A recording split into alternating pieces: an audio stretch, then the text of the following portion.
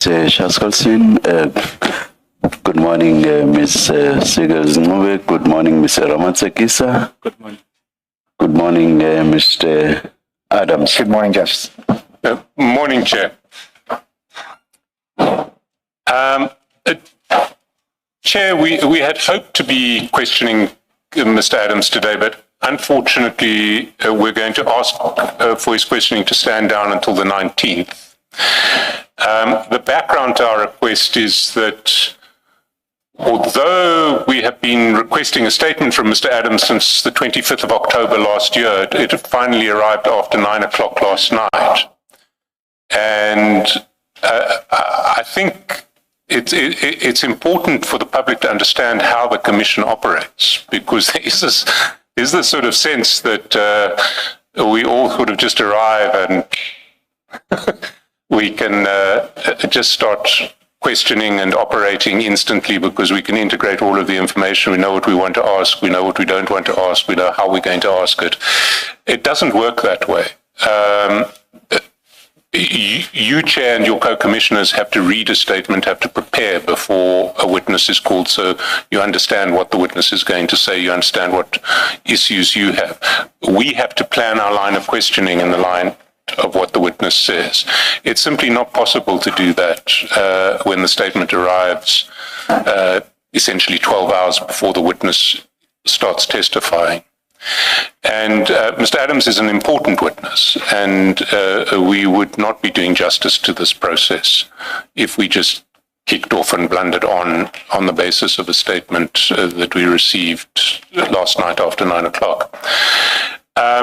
So we've spoken with Mr. Adams and his legal team. Mr. Adams is available on the 19th. We now have a statement from Mr. Adams, and we would ask that the matter stand down to the 19th of August.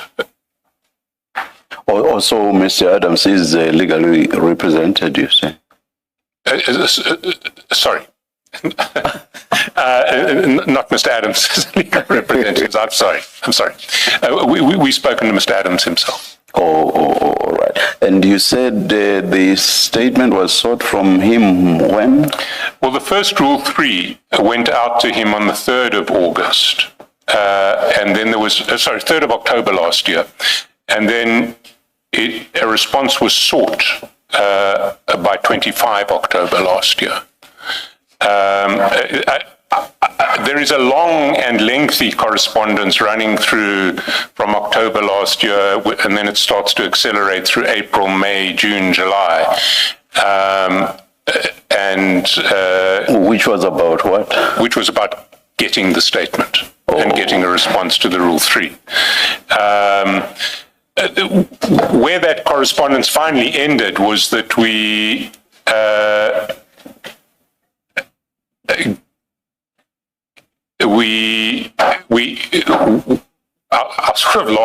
our last offer was an agreement that the statement could be filed by Thursday last week, which we thought was,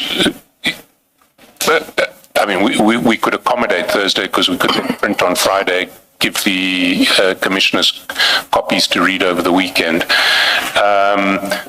And eventually the affidavit came in late last night. I can take the Commission through the correspondence. I'm not sure what would be gained. I don't think it's necessary to suggest something contrary to what you have said. No, it's not necessary. Perhaps let us hear from Mr. Adams. Is it correct, Mr. Adams, that you received a rule pre-notice which required of you to file a statement in October of 2025? Good morning, Commissioners. Parliament can confirm that I have a very problematic laptop, and my laptop is either in for repairs or frozen, and when I became aware of the emails, I really don't want to lie. You would not have to lie, so you don't even need to. No, Commissioner, at any rate, I was aware of the Rule 3 a few months ago. But what's a few months ago? I think 3 months ago, 4 months ago, when I became aware, but I had not noticed it in October. Surely this is something very important. You cannot be as unspecific as you are. When did you first become aware of the Rule 3 notice? If you're going to ask me for a date right here, Justice, I really wouldn't be able to give you one, but it was a few months ago. But I'm under the impression that I will be getting more questions because people are mentioning me every day, so I was waiting for that. And Honourable Justice Jackelson is 100% right in his assessment.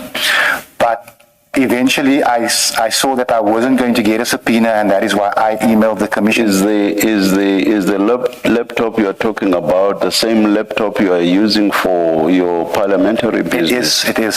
So are you telling us that you are able to function in Parliament with a laptop that's giving you the problems that you are telling us now? I am struggling with it. And how are you able to function at Parliament? Well, half the times I don't. Half the times I have to walk to people for information or call up for information. Don't you have IT people who can sort out your laptop? They do sort it out for me regularly. It works for a few days and then it just kicks in again. I find that very hard to believe. It can be confirmed by Parliament. I find that very hard to believe. I would too. That from October last year back, that you became aware that you got a Rule 3 notice from this commission. I find that very hard to believe. Are you telling us the truth? 100%, Justice. And is this the case also with everything else you received from Parliament? From Yes. October last year until about 3 months ago, you did not receive anything from Parliament? Justice Madlanga, I never said that. I'm saying that the laptop freezes on a daily basis, and therefore if I may, therefore, whenever when I take it out my bag, I normally have to go to IT. It will work for a day or two and it will start again. So you say you never said what I just suggested to you now. If you did not get the Commission's Rule 3 notice from October until only about 3 months ago, that should be true of communications from Parliament as well. It's on that basis that I've just said what I said to you now. Yes, Justice, that is what I'm agreeing with. So from October, I thought you were saying that's not what you said. No, sorry. It's not even from October, Justice. It's been for about 18 months that I'm struggling with this device. Yeah, I'm not concerned about anything else. I'm concerned about October to today. For you to only give to the Commission communication, or rather your statement, which was required from October of last year, for you to only give that statement to the Commission after 9 p.m. last night. And the only excuse you have is that you have difficulties with your laptop. All right. I don't believe that. I find it hard to believe that because otherwise you should not be operational at all as a parliamentarian. Okay, let's move on. Now, about 3 months back, you became aware that a statement was required of you. So according to what you say, which is hard to believe, you have had 3 months and we only get your statement after 9 p.m. last night. What excuse do you have for that? There is no excuse, Justice, because when I emailed the Commission about 2 weeks ago, I asked for a date. I was given the date of the 11th. I emailed back. I said to them that it is voter registration, 6th, 7th, 8th. I essentially have 5 days to complete this thing. Can I have a slightly later date? The Commission... Why would you have asked for a date? You would have seen from the communication which you got 3 months back that the statement was required from October last year already.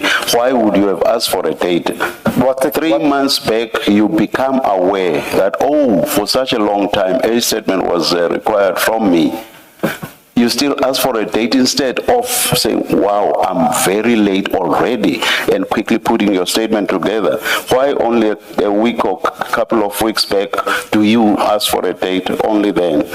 The Commission asked me 3 questions, Judge, and I felt that I could offer much more than 3 questions, which is why I asked for a date. When the date was proposed on the 11th, I emailed back. I said, can I have just a little bit more time? And I was told, no, the 11th is the only available date. I moved heaven and earth. I sat up nights to conclude this thing. And I'm not saying that I'm doing that what I did was right. But what I'm saying is I tried my level best to meet the deadline of Thursday. I couldn't. What I will say, and I will stop here, what I will say is it seems to me that you are not taking this commission seriously.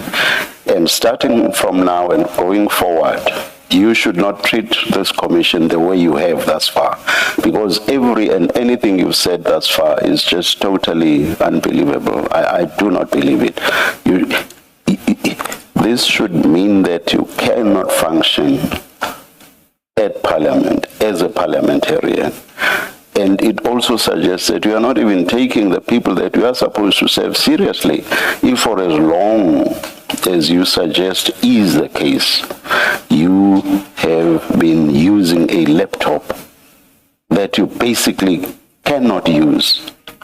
You are not taking us as a commission seriously, and I would dare say you are not even taking the people that you are supposed to serve seriously. Starting from now going forward, you must take this commission seriously, Mr. Adams.